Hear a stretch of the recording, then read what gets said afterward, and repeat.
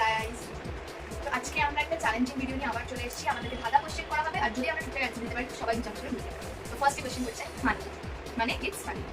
নিচে কয়লা উপরে ধান তবেই বুঝবে ড্যাশ। নিচে কয়লা উপরে ধান তবেই বুঝবে ড্যাশ। তবেই বুঝবে জায়গার নাম বোঝাচ্ছে এটা একটা। উপরে ধান উপরে ধান নিচে কয়লা, মানে নিচে কয়লা উপরে ধান তবেই বুঝবে ড্যাশ। ধান কয়লা উপরে ধান তবেই বুঝবে ড্যাশ। গোবর্ধন।